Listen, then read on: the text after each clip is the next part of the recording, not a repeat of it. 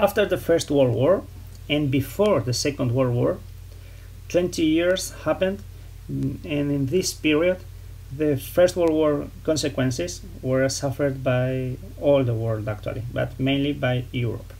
So in these years we will see the rise of totalitarianism.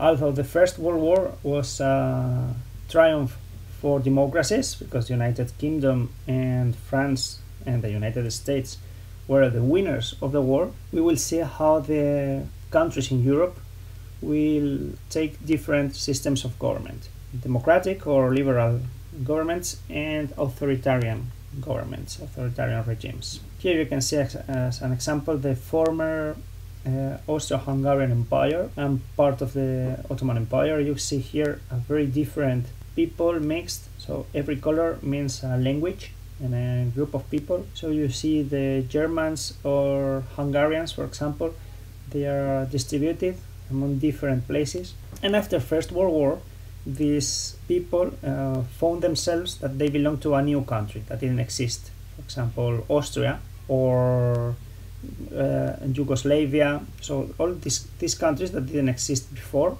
are full of different communities. So that will be a problem, and it will have consequences in the future. So let's see what are the characteristics of the totalitarian states. A totalitarian state needs an authoritarian political system.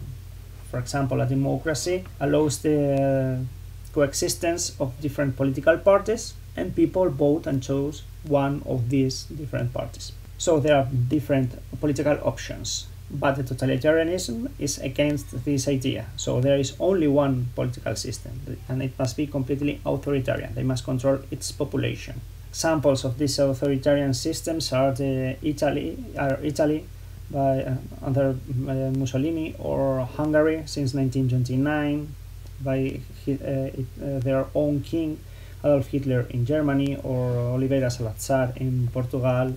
Spain will be an example since 1939, is one of the fastest regimes, or in Poland, Croatia. So what more characteristics should we see?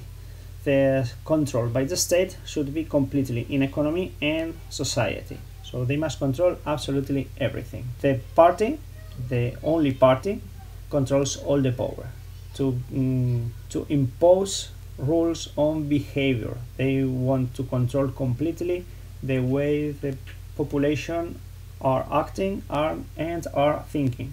To do that, they must reduce completely or eliminate sometimes the human rights and of course their liberties.